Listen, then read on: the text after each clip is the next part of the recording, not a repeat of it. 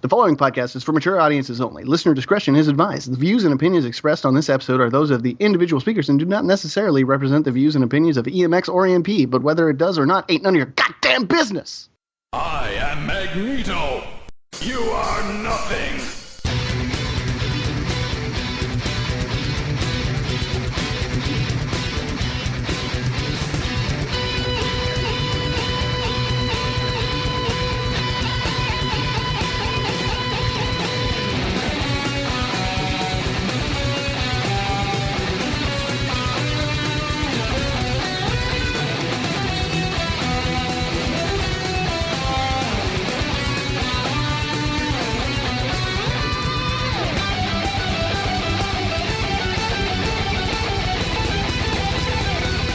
Welcome to Die.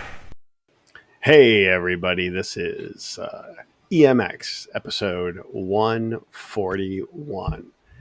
My name is Thatcher E. Cleveland, and I invite you to come along and join us on a fun frolic of opinions and discussion about the X-Men books for May of 2025. But before we get to that, if you'd like to support us on Patreon, you're more than welcome to. In fact, I dare say we encourage it. If you go to patreon.com/EMPcast, then you can sign up for literal pennies, mere trifles, and you'll get art from our friends, maybe custom stuff from Viet. Maybe, I don't know, we got a lot of stuff that we can do. We'll just kind of throw that stuff at you at some point. And on the other side, you get our love and adoration and our company. And we get to keep just talking on and on about X-Men books. Yeah. So yeah, that's the thing. That's the whole deal. Thatcher. Yeah. Corwin. Happy Father's Day. Why, thank you. Thank you. Yep. We actually had like a fancy dinner, and not like super fancy, but like fancier. And I was almost like, this can't possibly be for Father's Day. But I think my partner, she just wanted to make a nice meal. She was like, I've been thinking about this pineapple upside down cake all week. I'm making it. I don't want it to get burned.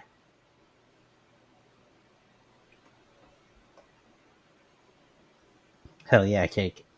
Okay. What have you been up to, Thatcher? Since the last couple days. Yeah, like in the last couple of days since we recorded. Because we totally didn't. We weren't really late. We weren't late for the last episode, if that's what you're thinking. Yeah. I don't know. We always record the month's books just a few days apart from each other. That's a totally sustainable way of doing business. Mm-hmm. But I'm good. Still better than Diamond. Yeah, exactly. Exactly. Jesus Christ. I have been, it's funny. I'm sort of in the process of trying to make myself more of a business and paying attention a lot more to that kind of news and stuff like that. Yeah, it's just so wild.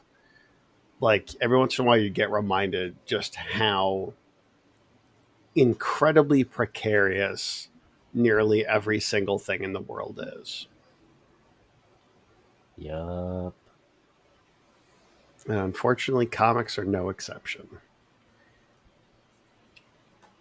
Yeah, there's like a whole story about, at least from some of my indie comic friends, that would get their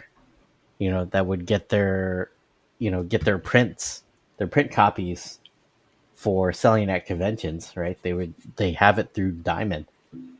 And since I guess there's new ownership or whatever, or a new leadership, and they basically have their books in a warehouse hostage and they can't have access. They don't have access to them. Hmm. So it's just like, it's wild, man. Like I posted a story about it in the Discord. Interesting. Yup. It's wild to me because when I was in the comic book retail biz and Diamond was the only option, everybody was like, "Oh my god, only having one option is terrible. Like, we can't. This isn't sustainable. Diamond's terrible." And then that changes, right? But even before, when people were like, "Oh man, Diamond," one of the ladies that I worked with, she'd been, working in comics and comic shops since like the 70s, and she would talk about how it went down in the mid 90s with like the market collapse then, and how everything like eventually settled into being Diamond. And she would go, I was like, oh, it was so horrible, like ordering from all these different distributors and whatever. It was just a nightmare. And then, now once again, fast forward, there's now multiple distributors. And my friends who have comic shops, or the people that I talked to about comic shops, are like, oh my God, it's terrible having all of these distributors, like I wish. I'm just like, what are we missing? Like, what's the disconnect? Like, what is the secret recipe to make this like actually work? Because if you've tried both things, I guess we need a happy medium of like 2 or 3 companies that are good. I guess, yeah, but I mean, are companies capable of being good anymore? Like, I don't think so. I think just, I mean, look at streaming. Look at all that stuff. It was fine, and then they were like, "But wait, what if we made more money?" And we're like, "Oh shit, I love that idea." And now here we are. Yep, indeed. And I will complain that right on Bezos' platform. Mm-hmm. I will make those comments. Fight me. Yeah. Like I don't really shop on there anymore. I mean, obviously I'm going to like sell my books and shit on there. Not happy about it, but it's kind of the cost of doing business. Mm-hmm. We still have to live in a society. Mm-hmm. I feel like only for a few more weeks, though. Yeah. I feel like it's really getting close. Yeah. Like, to the point where, like, you kind of just, like, call into work and you're like, yeah, do you see? Yeah, you get it. All right, well, good luck, man. Good luck out there. Maybe we'll hook back up on the other side. Yep. Anyways, Corin. What you Absolutely nothing. Life is just kind of the same. Work kicking ass, dealing with the kids being out of school. Johnny's breaking his neck trying to find a job for the summer, which is actually harder than it should be, in my opinion. But well, you know what they say, no one wants to work anymore. Yeah. Especially those youths with their avocado toasts and their participation trophies. He's been trying, but not getting any callbacks with all the seasonal stuff. So we'll see. Besides that, watching pretty cool things, which we'll talk about on the next EMBS, because I went to the movie theater to go see a certain anime, and the new season is going to be off the chain. Nice. And I'm talking about Dan to Dan. Mm-hmm. They put the first 3 episodes of the new season in theaters as a movie, and it's ridiculously good. So looking forward to that. But that's really it. Nice. I've been in full Heroes Con mode. That's coming up next week. So, this weekend. Yeah, this weekend. I'm not panicking. You're panicking. No, I'm in okay shape. I'm still like I still have things that I could make. That's like my normal inventory numbers, but I'm probably going to be working at my table, but which is not out of the ordinary, anyways. But What has been the bestseller for you lately? I mean, I've been selling a lot of Jeffs. Jeffs have been popular.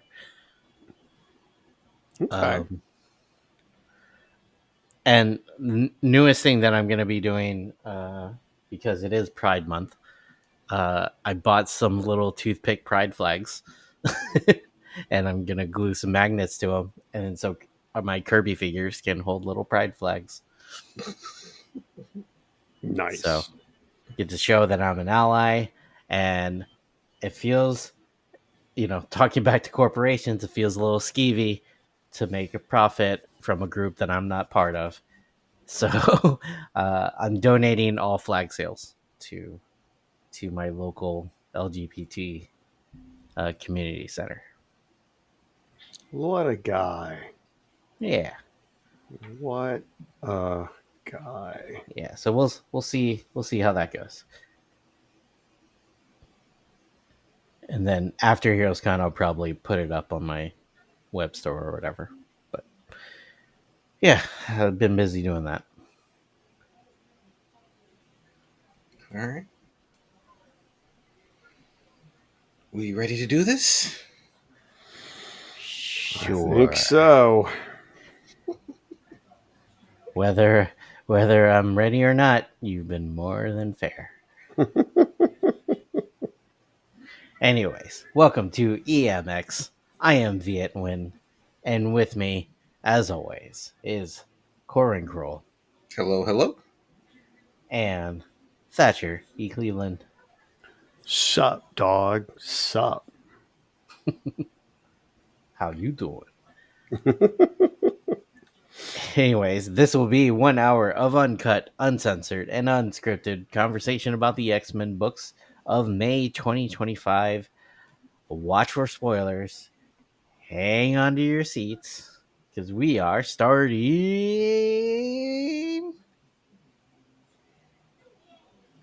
now.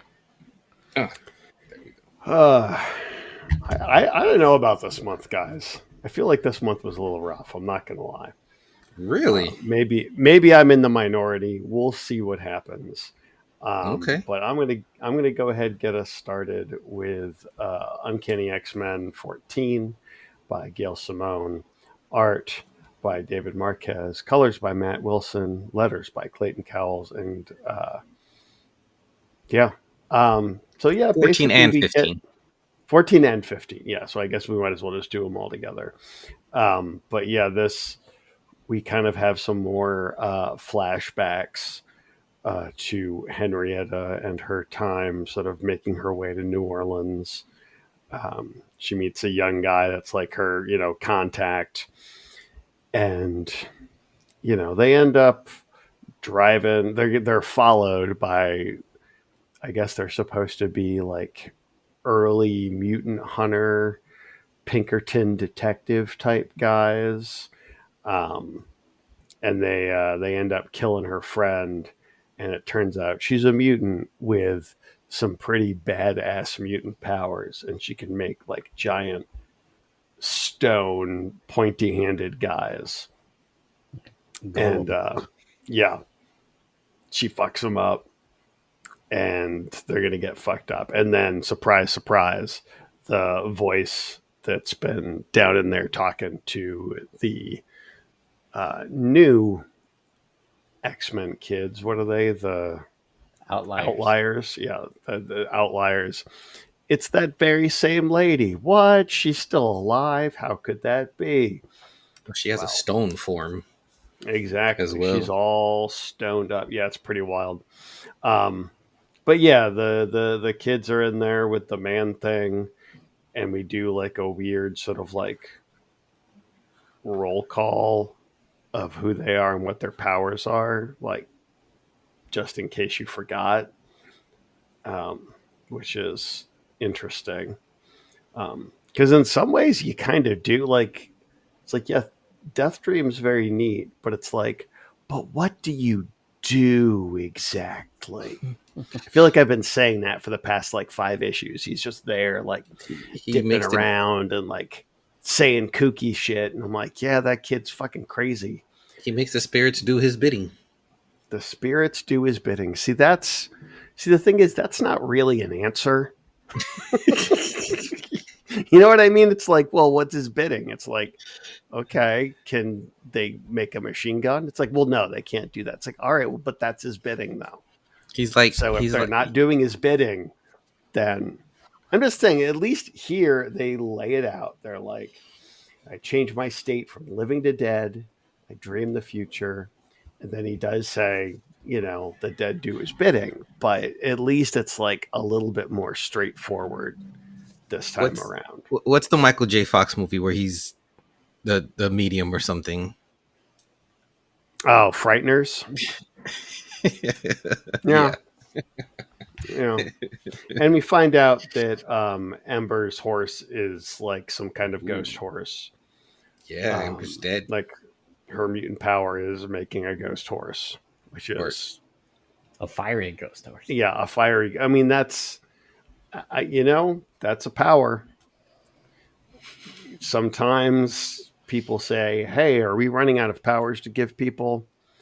And it's like, no, man, they do a fiery ghost horse. That's fucking solid. That's,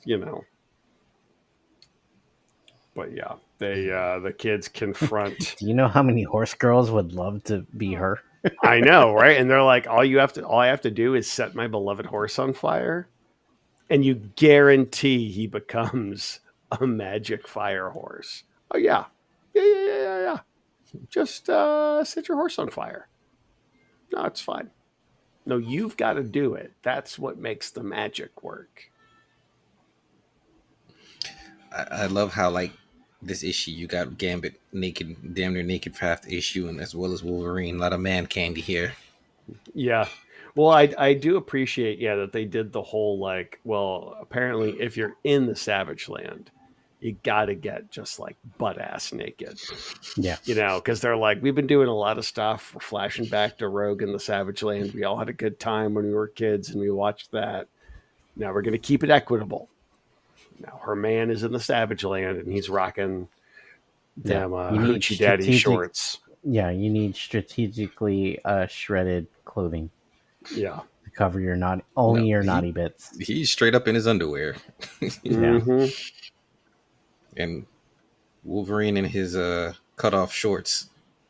Yeah, he's got the Ho Daddy pants too. Like, sir, there are children that live here, okay? And you are quite hirsute. It's off-putting. What does the dude say? For the love of our Lord, will you all please learn to put on your britches before you fight monsters in our front yard? Yeah. For real. Well, moving on to issue 15. It's we kind of continue our discovery of things. We see that back in the past, Henrietta and her stone body, she was basically coming to like a mutant colony, like a mutant hideout colony. And they're like, oh, he was supposed to help us. And you know what? We're just going to kill this guy. Like we can't let people get out of here alive. So, clearly things take a very dark turn once she gets to this little place here.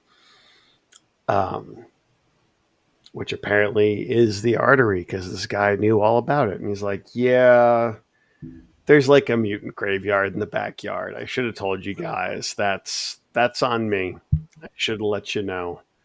although to be fair, I think you guys should know that when anytime X-Men settle down someplace, there's some sort of weird shit that happened there that they have to deal with. Yep. And now it's your turn. Like, you guys remember how, like, the old mansion was, like, next door to, like, a Cthulhu graveyard, and they had to, like, fight a Cthulhu one time. Or any of The you guys? Nagari. No? Okay. No, the Nagari. They're demons. Yeah. Yeah, exactly. Yeah, he was, he was some kind of Cthulhu. They're all kinds of Cthulhus. So this Henrietta is guarding this domain where all the damned people who affronted mutants their souls are damned, and she wants Deathstream to take over. But I loved, like, during the panic of this huge attack, Jitter is telling Calico to get to safety, and Calico's like, "You get to safety, I love you," and she's like, "Wait, what?" Yeah, I'm sorry, what? Like, what? Was that a slip of the tongue? They also get, like, these incredibly wild, like, guy. David Marquez is beginning to fascinate me. I'm like, what is this guy into? Like, I feel like Gelsman was like, what do you feel like drawing? And he sent her some sketches, and she was like, oh, okay. Yeah, we could do that. Sure. Yeah. To, like, a crazy night, constant night Bone City with, a demon skull floating over it. And everybody gets all new, like, shiny leather S&M outfits. I love the fact that, like, they mentioned that the uniforms or whatever they're wearing has a pulse.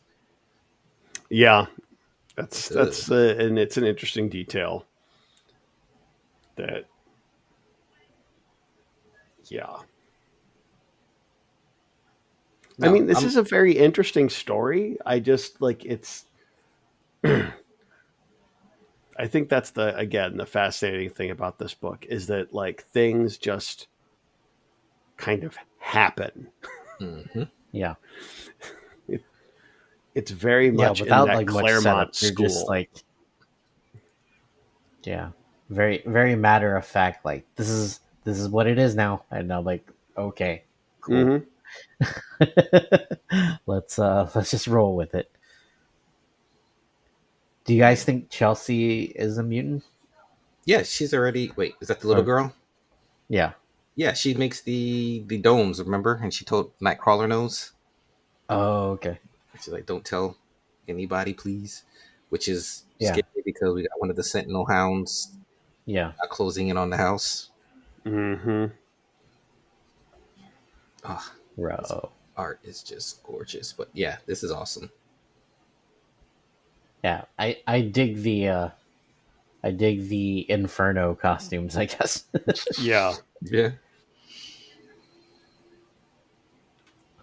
I mean, yeah, this truly is some gorgeous stuff. Mm-hmm. Like, I'm glad that he's,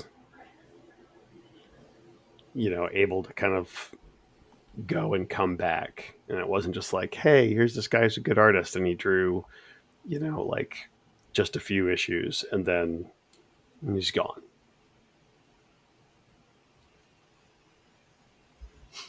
All right, let's move it along, because as much as I love this book, I also love the fact that adjectiveless X-Men 16, aka 316, brings the superhero action with Jed MacKay writing, Nito Diaz pencils, Sean Parsons, J.P. Meyer, and Livesey on inks, colors by Cifuentes Hujo.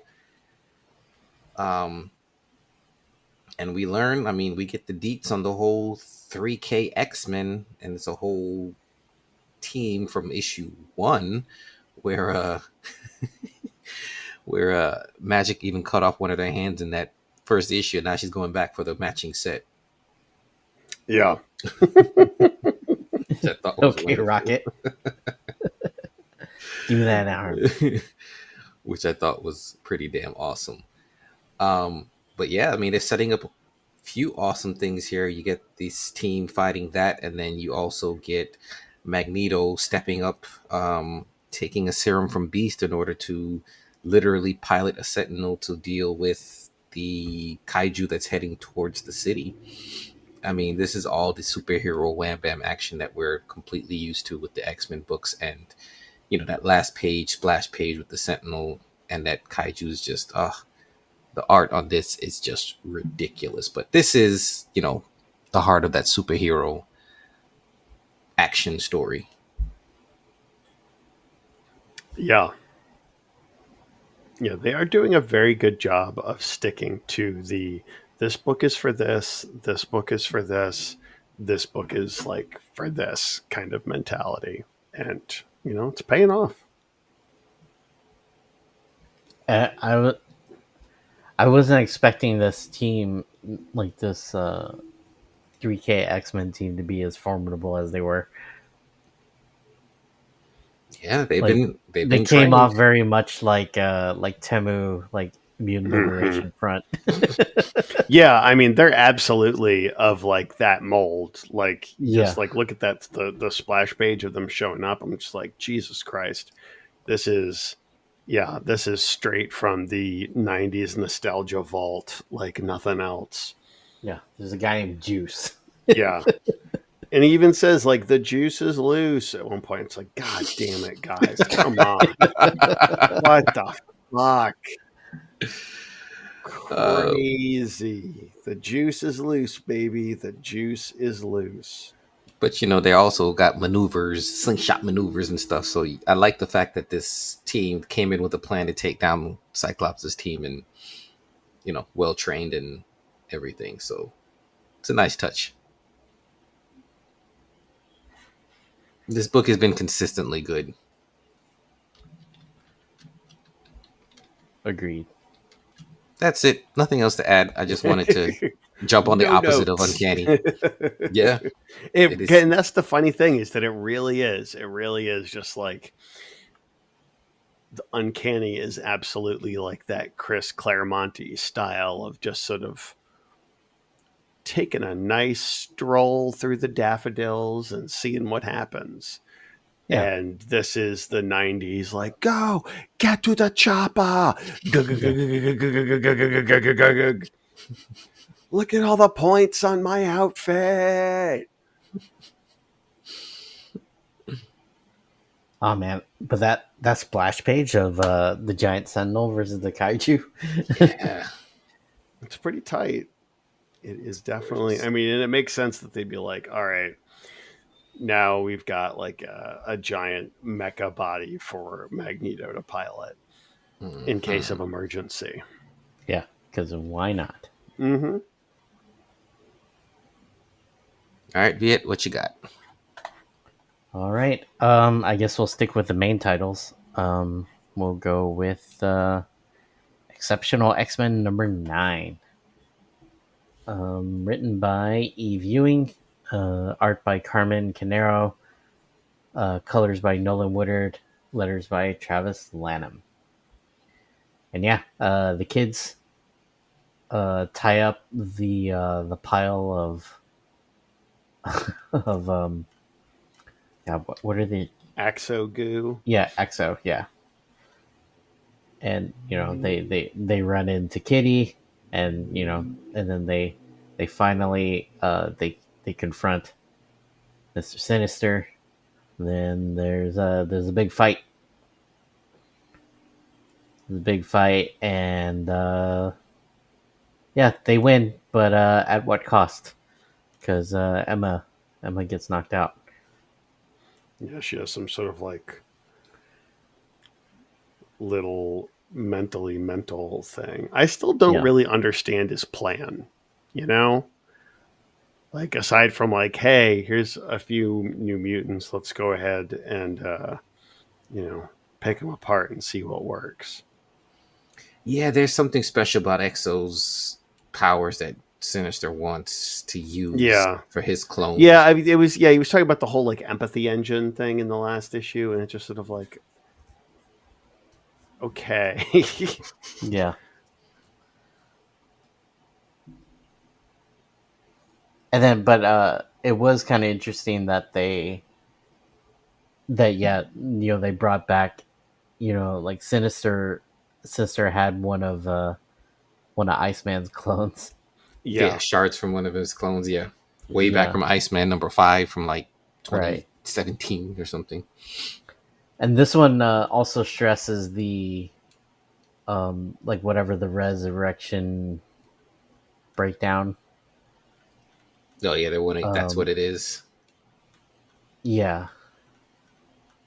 So they kind of further explain that, like talking about, like there's something up with their DNA from their DNA and their cells and their mutant powers are breaking down because they were resurrected.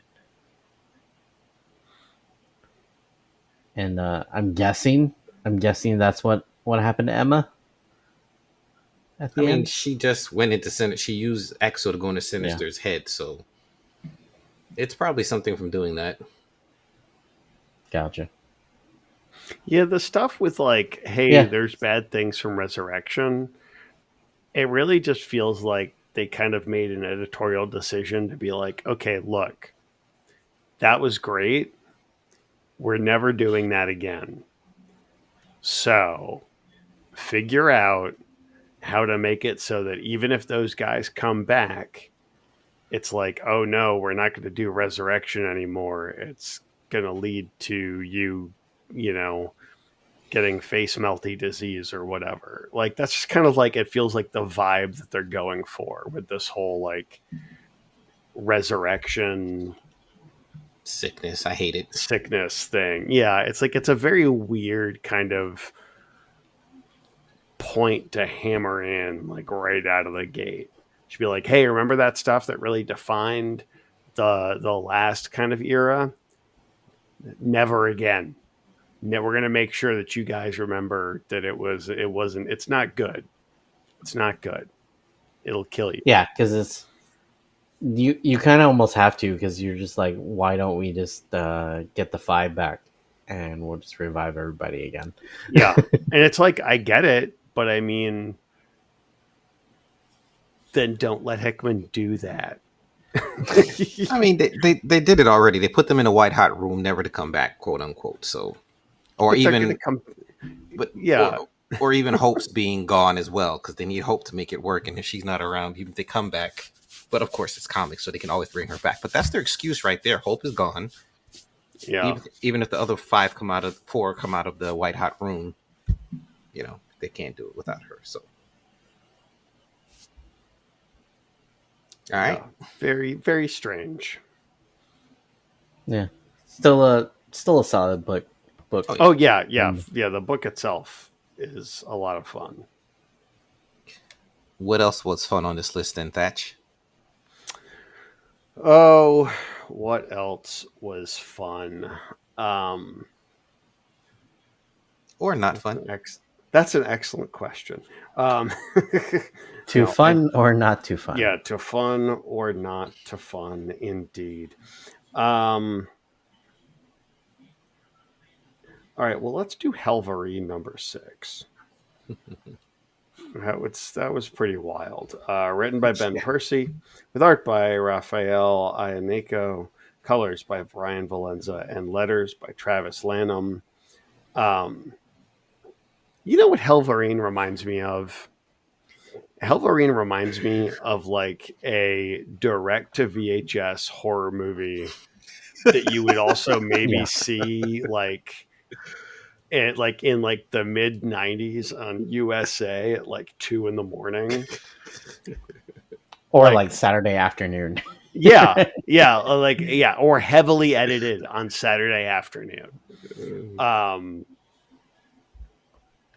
It's so like, and I think everything, like the story, the artwork is perfect for it. Because the artwork is a very sort of like realistic, kind of gritty, non-superhero feel to it.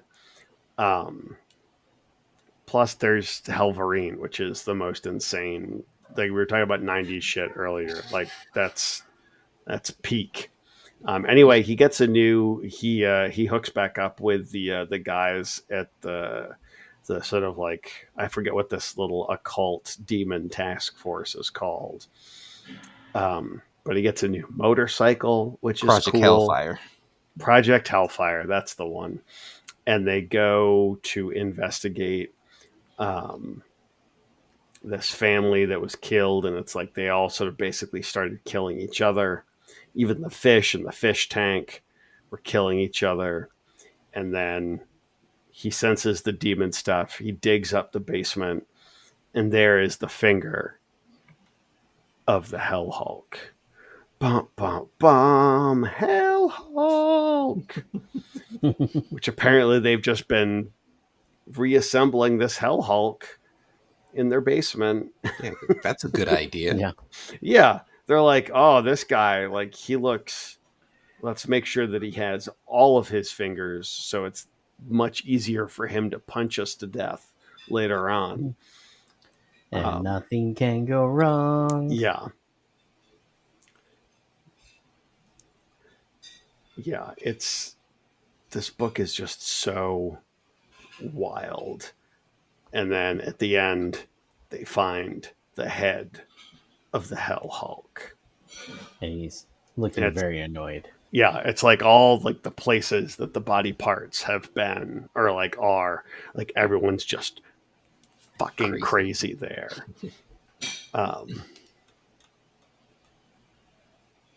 And apparently it all also has to do with like the Bagra Ghoul Shrines. you know, yeah, like when he came back and like he's, you know, demons are coming out now. It's just, yeah, but it's just the most like gnarly Cinemax like X-Men book there could possibly be. And I feel like, you know, he's the best possible character for this. Yeah. Yeah. And yeah, I dig it. It's a lot of fun. I love the art on the page where he takes the motorcycle with the guy on the back for the ride, and how as you go down the page you see him swerving and swirling through the trail. It's just a great It's like, we're storytelling driving. art. Yeah. Yeah. It's like a montage right there on the page. Yeah. Mm-hmm. Hellfire You can boosters. You can just imagine some like heavy metal cranking in the background as they like montage their way down the highway with their Hellfire boosters. Ooh, Barracuda. Rock me like a hell hurricane. Yeah. Good stuff. All right. I am going to jump to Cable number 5. Get to the credit page. Love and Chrome. Yes. Written by David Pepose. Art by Mike Henderson. Colors by Arif Prianto. And lettered by VC's Joe Sabino. So this whole miniseries is about Cable falling in love with this woman, and originally he's being chased through time by this villain who wanted to kill him, and he's not sure where this villain came from, but he gets thrown into this one era and he stays there for a while and falls in love. And we come to find out that his presence is one big time loop, and he caused the woman that he falls in love to become Cicada, the villain that's been chasing him. So this issue kind of goes full circle with everything, because Cable literally went back in time hundreds of times to try to save her, and unwillingly made her techno-organic virus worse and make the villain. So this issue, he has to fix things, including fighting a younger version of himself. It's just straight time travel craziness, but at the end of it all, you know, he does have to make that sacrifice and give up the person he loves in order, you know, for a better future. So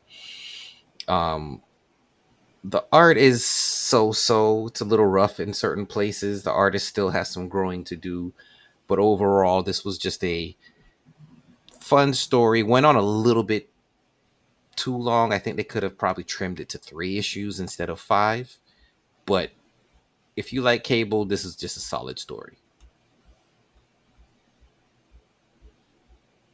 Yeah, I haven't read any of these, but it looks like it's gonna tie into Phoenix. Or No, at least it's this kind. Well, that's why I guess that's where he shows up next. But this story really is yeah, kind of its own thing. its own thing. Yeah. All right. What you got, Viet? Thatcher, you have anything? Any comments on that one? I didn't read it. I did. I'm flipping through it now. I mean, it looks interesting. He gets a gun arm, so like maybe that's what we're leaving with. Like hey, now he can make his mechanical arm become a gun arm. But yeah, it's a lot. I mean, yeah, I'll probably go back and like read it all together because I like this dude's writing. But yeah, there's a lot happening.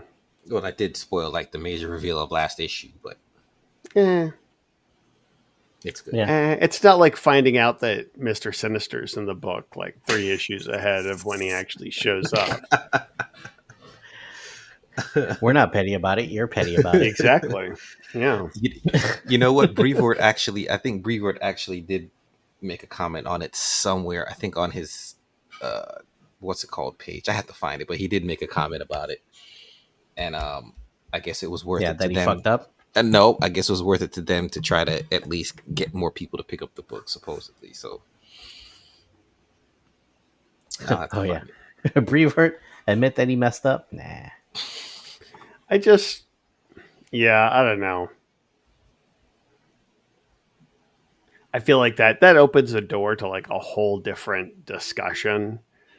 Yeah. Where if you're like, if you're really trying to get more people to read these, I mean, you're going to have to do more than put Mr. Sinister on the cover. Like there's a lot of changing that you have to do. And I don't think anybody's really ready to do that because it's going to be risky and cost a lot of money. And that's not what they're about.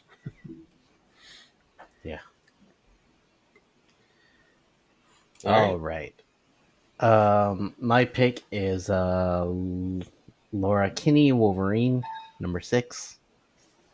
Written by Erica Schultz. Where's the rest of the creative?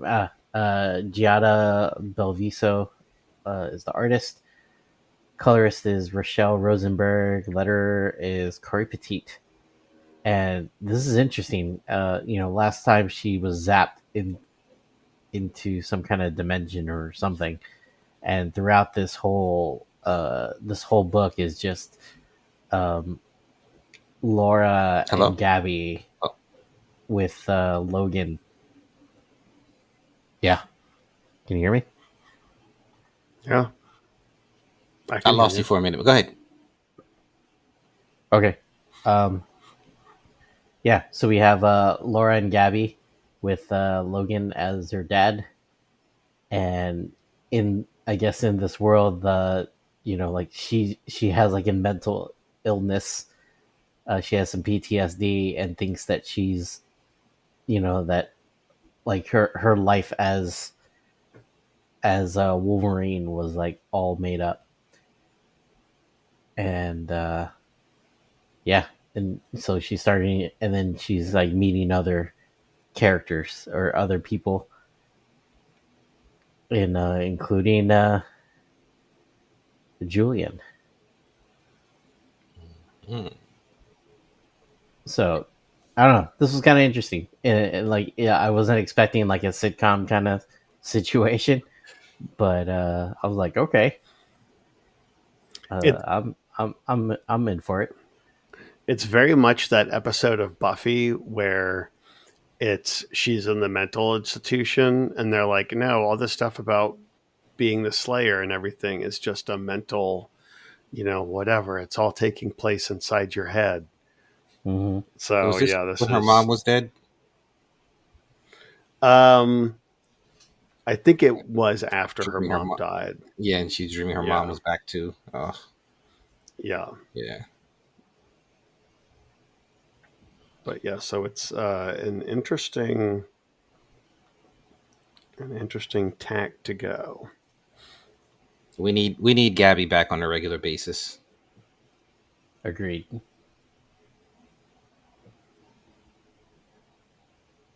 And Jonathan. Yes, and Jonathan. You know, we got Jeff the Land Shark, and we just completely forgot about Jonathan. Yeah. All right, back to you, Thatcher. Okie dokie. What do we got here?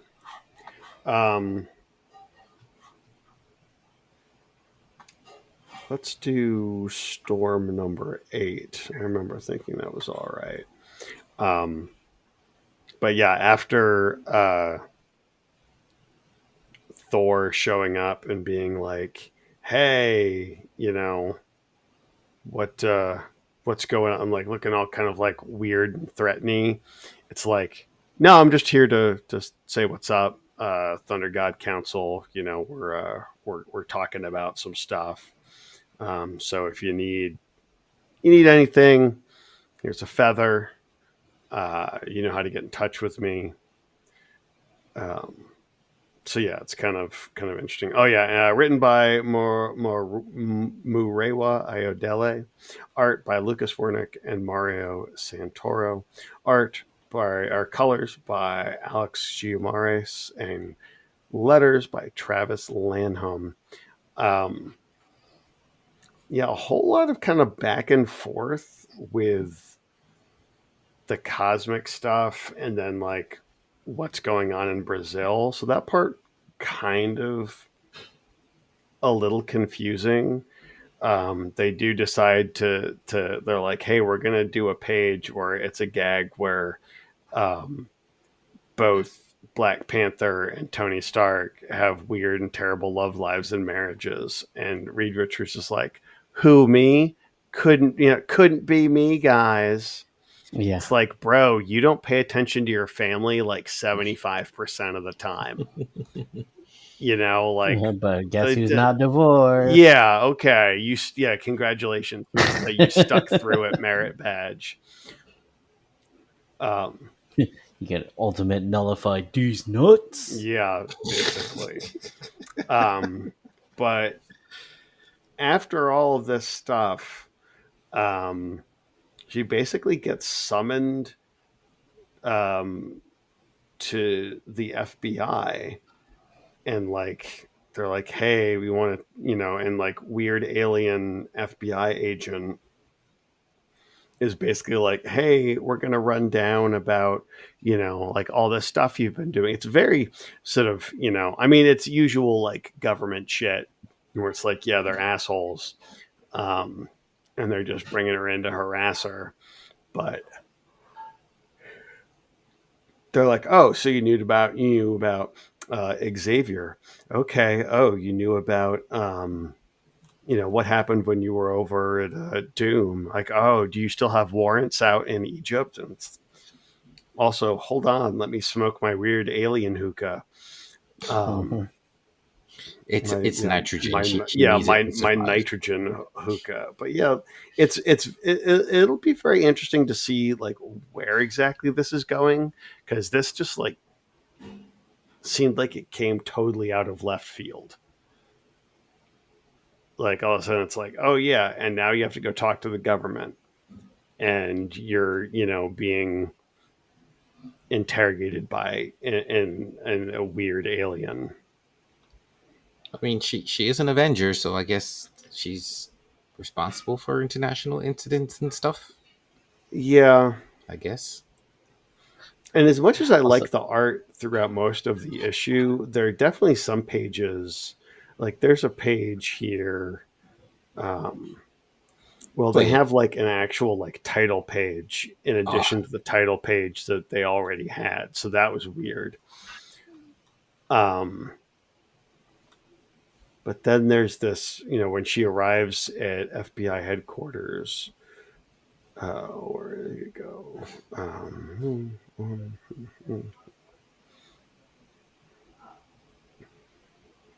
think it's page 11 where she's like going inside the thing, and it's literally just 2 panels for the whole page, and it's just her going, "Hey, keep the sanctuary safe," and he's like, "Okay." I'm like, that doesn't need to be a whole page though. Except when he gets back. Yeah, like you want to do a splash page for that, great, but it's just like there are definitely some like weird, some interesting like art layout choices. Well, we do have 2 artists too. Oh yeah, they don't seem And to then- mesh very well. Yeah, together. and then meanwhile, Maggot is in some kind of fight club. Yeah, he's like, while Storm's away, I want this place to become Gladiator. So let's do that. Yeah, You got Gentle, She-Hulk, Juggernaut, Big Bertha, Strong Guy, Maggot Armor, and Abomination. because why not? Mm-hmm. I mean, if Tony Stark can... I mean, what's Tony worth? Stark, What's worse? Yeah, Tony Stark bringing his dates to see hippos, or Maggot having a fight club. I love the title of the storyline, though. The Sinister Schemes of the Stars and Stripes.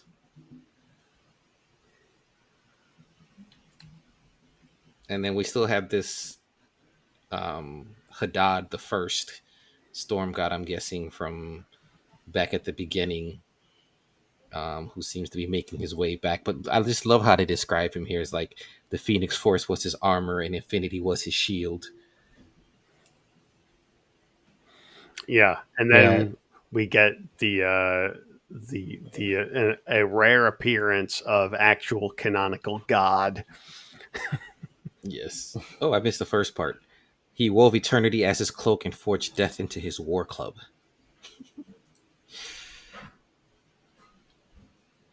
Very awesome. Yeah, they're just letting Marewa just do whatever the hell he wants, or they want. And it's good.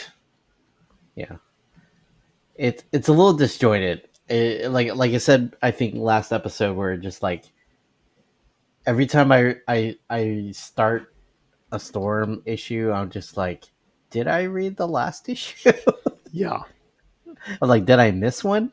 Yeah, they're like, Like, nope, that was in the where did this past, come man. from? We're Yeah. going. Yeah, and then you're just like, oh well, I don't want to miss the bus, so we're just gonna keep riding. But when next I meet my attackers, they will be the ones who will need to summon help. Awesome stuff. All right, back to me, right? Yep. Let me jump into the Spider-Man and Wolverine, because I really expected something really different out of this. Good grief. Let me get... Where's the title page? Here we go. Written by Mark Guggenheim, art by Kari Andrews, colors by Brian Reber, lettered by the VC's Travis Lanham. I don't think I had that on the list. Oh, but it's the same it's month. fine. It's the We right can talk month, though, about it. right? Yeah. Okay. I expected something a little different, since the last time we had these two team up, they got like lost in time together and, bonded and they're really close. But this story takes into play Spider-Man's parents, who were secret agents, and their history with Wolverine. And they tangle with what seems to be Kraven and Omega Red, but of course we have Mysterio playing a part in all this. So that each of them kind of get to play roles, fill in each other's shoes, where Spider-Man believes, witnesses or experiences being part of the Weapon X program. Wolverine, goes through the whole Kraven the Hunter thing, waking up and climbing out of his grave. So their lives seem to be kind of intertwined with whatever head games are going on here. But by the end of it, we find out that Logan was on a mission with Peter's parents and may have something to do with their deaths. So they're digging deep with this one. Wasn't expecting all that, but if you like Kari Andrews' art, you know what you're going to get with this, and it is great stuff. All right. That is interesting. All right. I guess my pick will be Psylocke number 7. Mhm. This one still continues to be like my favorite solo title, I think. Agreed. Written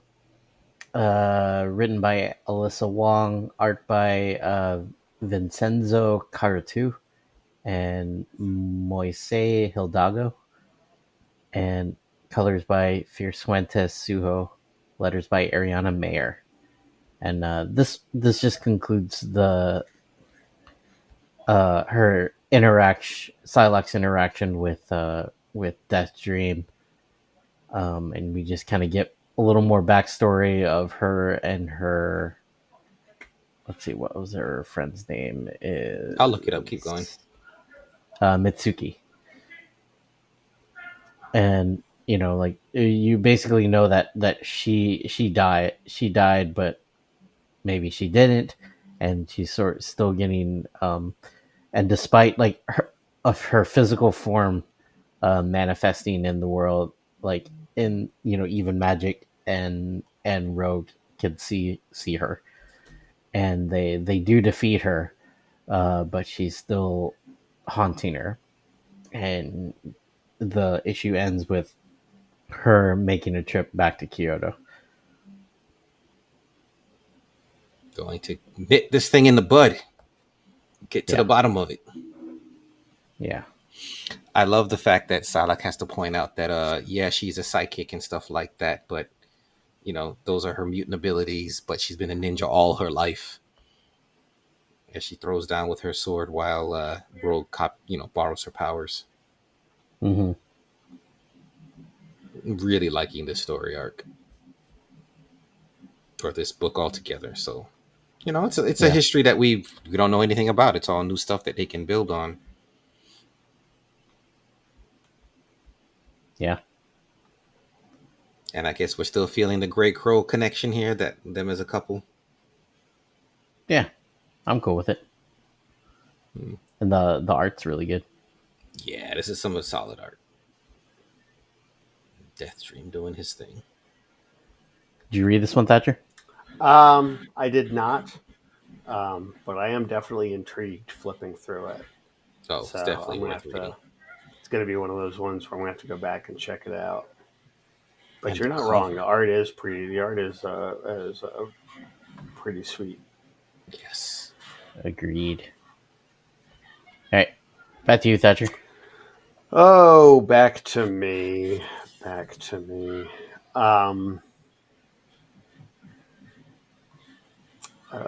else? You got Deadpool, Wolverine, Giant-Sized X-Men, Magik, Phoenix.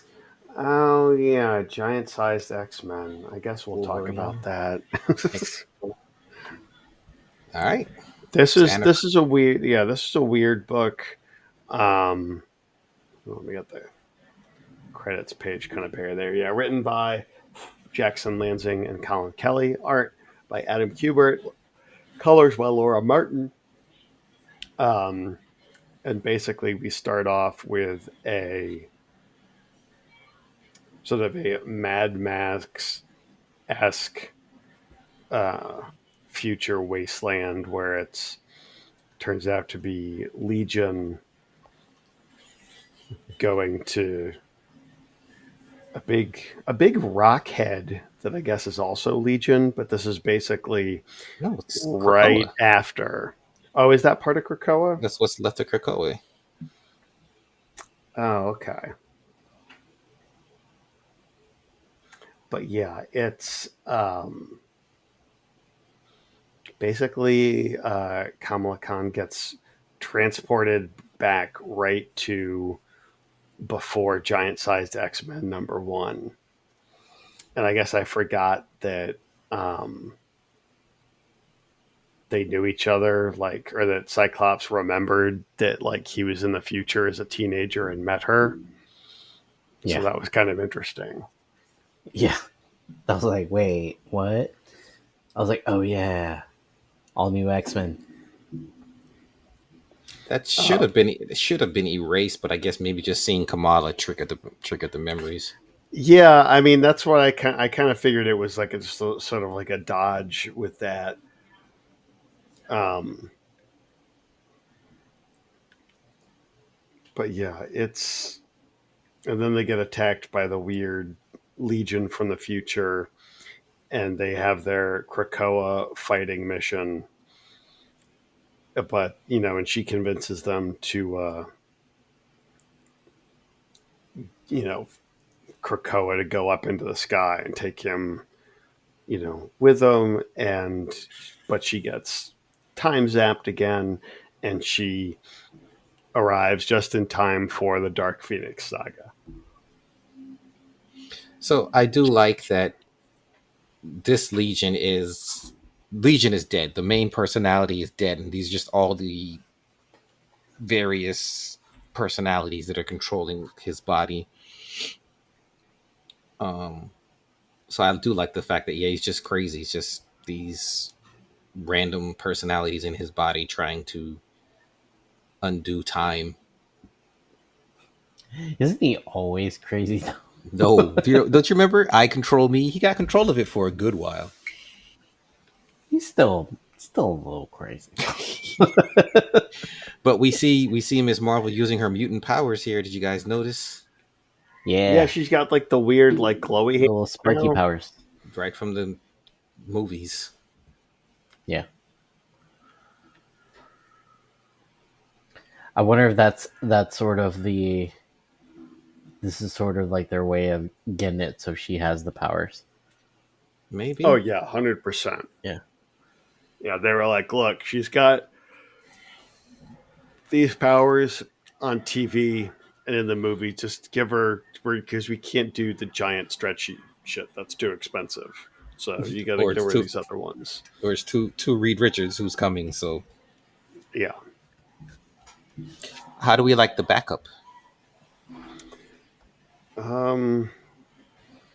So Xavier on his world tour of recruiting. Oh yeah, this was just weird. Yeah. So Like I remember seeing a thing about it online and then reading it and just having it be like, yeah, so this chick is like her whole power is that if she's standing next to you, she's better than you at the thing that you do,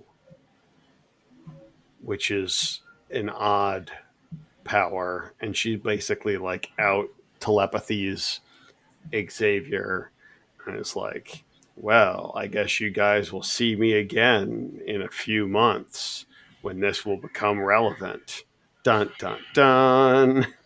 she's like Sync, Yeah. but to a higher degree, I guess, where she's just Yeah. instantly knows how to use people's powers better than them. 10-minute warning.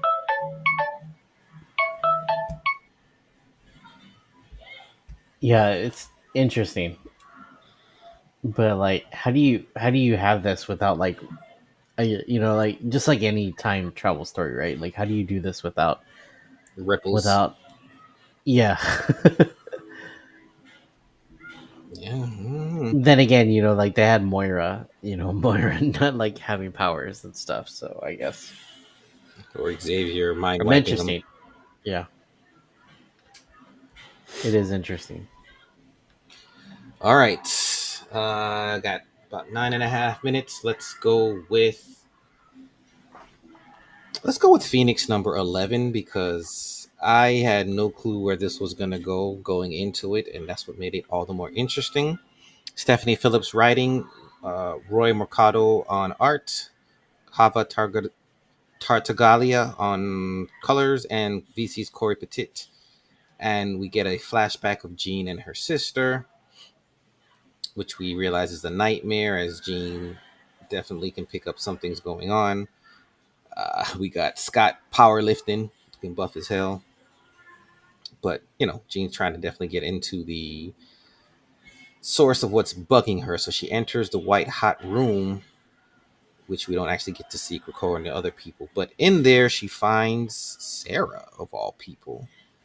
And the two of them kind of bond, and we realize that there's something up with Sarah's powers. I don't know if they actually get into exactly what she does. It's like, does she enhance people? You guys don't know. I Okay. have no. No, Yeah, I don't nobody, remember right? at all. They don't really get into what it is, but something is a little off with Sarah. But of course, Cable is there to.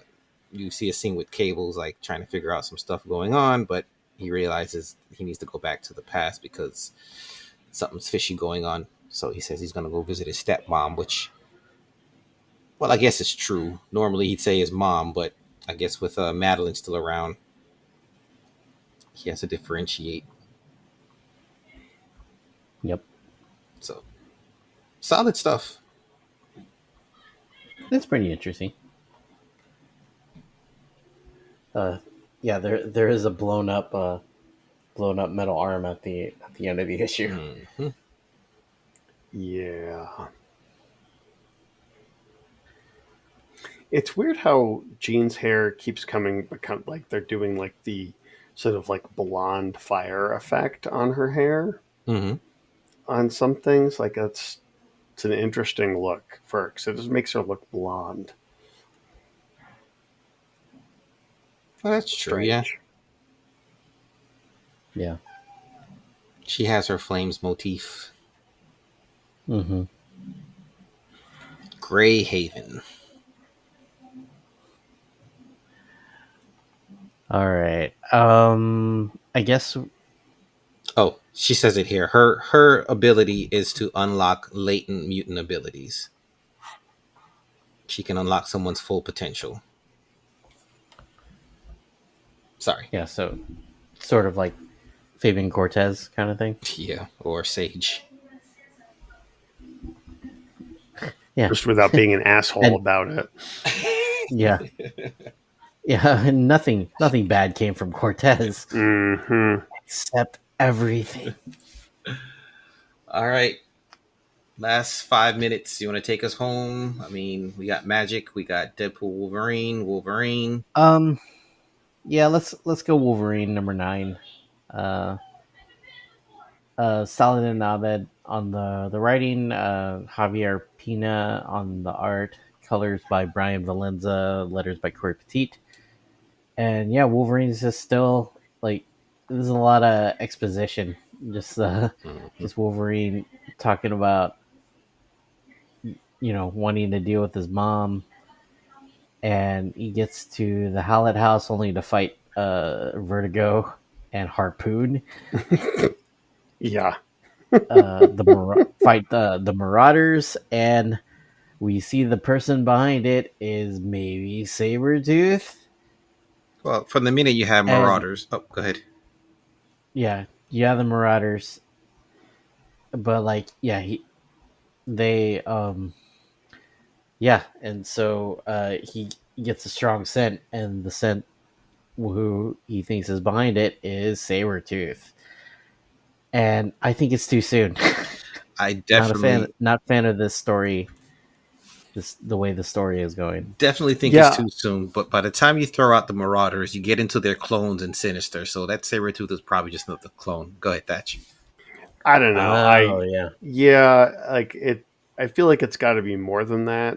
I hope, because there's just not a lot actually happening in this issue. Like, there's some clever moments, like the two guys that are in the bar with Wolverine, and like the one guy is just being like, "Oh man, not in my Canada," and the other guy's like, "What are you talking about? We're from the same Canada. Are you insane?" Which is, it's kind of like a nice sort of like refutation of the current times, but yeah, Yeah, it's good monologuing, like writing wise. But yeah, you're right, Thatcher. Like not a whole lot happened, and then like Sabretooth, like just like like we Sabretooth like a year ago. yeah, something like different. like this is it's like, well, here's a shocking idea for a story. Wolverine receives some interesting news about his past, and he has to go back to a place that he hasn't been to in a while, and enemies that he's fought over and over again are there waiting for him. Like, yup. That's a Wolverine story. I think they spent most of this issue building up this Inspector Mahita, and I don't know if she's going to be a love interest for Wolverine, but there's definitely we're going to be seeing a lot more of her. I think this is kind of her setup issue as well. Now that she's been put in charge of the division, who's supposed to be keeping an eye on him. Yeah. It. Yeah, I'm disappointed in the sort of the teaser, but hopefully, I'm hoping to be pleasantly surprised. Like, this book has been fairly solid for the most part. Yeah, agreed. All right, Thatch, you got 2 minutes if there's anything you want to throw out. Oh, Yeah. I think Magik or X Factor. I was going to say, I almost read X Factor. I It's the couldn't last bring issue. myself to do it. I kind of figured it was. Yeah, man. I don't know. It's cool. I just feel like there's just like a lot of just weird stories going on this month where I'm now just like I don't necessarily understand or care about what's happening. And maybe that's just a me problem, but I don't know. Okay, well, Magik by Ashley Allen and Herman Peralta and Arthur Hesley on colors, Ariana Maher on letters. We get the end of the first story arc, and I love the fact that Magik and Darkchild have kind of reconciled and are able to coexist. She's come to peace with her darker side. And I mean, you probably saw it coming, and it's kind of no surprise, but the two of them come to an agreement, and she's able to use her powers and fully in Darkchild mode. So it's a nice reconciliation. I dig the design too. Yeah. With the wings and all that. And it ends with Cyclops Cool. making her pancakes. I mean, come on. Yeah. Great stuff. But she's not doing well. No, she's not. Because at the end of the day, she tried to sacrifice herself to seal this demon away, and instead the boy pushed her out of the way. And yeah. Well, this is I like how this ended. Like, this felt like it didn't need to be 5 issues. Yeah. Like, very similar to I guess your comment to the Cable book. Like, it could have just been like 3. You could have trimmed some of the fat. Yeah. All right. That is it for this episode 141. Whew. Solid month, though, I think. We had like 2 or 3 less books. Yeah. I think. Lots of miniseries. I don't think I've really touched the Rogue miniseries, Savage Land one, after the first issue. And then I haven't started the Wolverine and Kitty Pryde one, so. I started the first one, but it's very Claremontine. It's very Claremont. Yeah. So you kind of, I feel like you have to be in the mood to read Claremont now. Yeah. All right. Next episode 142, the X books for June 2025. That, you want to plug anything before we get out of here? Well, yeah, you can, find me. I just revamped a lot of my online stuff, so you can now find my new website and all that jazz at demonweaselstudios.com. I've still got that Forbidden Knowledge comic coming out, so you can kind of get a taste of that at forbiddenknowledgecomic.com. But stuff's things are happening. The wheels are turning. All right, Viet. Nice. At Comedian Viet on all those social medias. And I also do a Twitch stream where I work on toys. and I found after being back from vacation and and on Heroes Con Prep, I took the time to paint Null Nice. and Marvel United minis, and I'm up to 256 out of 355. So we're officially less than 100 left. Ending stretch. Yeah. All right. So listeners can email us at emp@earthmightiespodcast.com. Go to earthmightiespodcast.com to get the link to our Discord server. You can find the podcast on Blue Sky at EMPcast. Viet, Yep. what's your Blue Sky handle?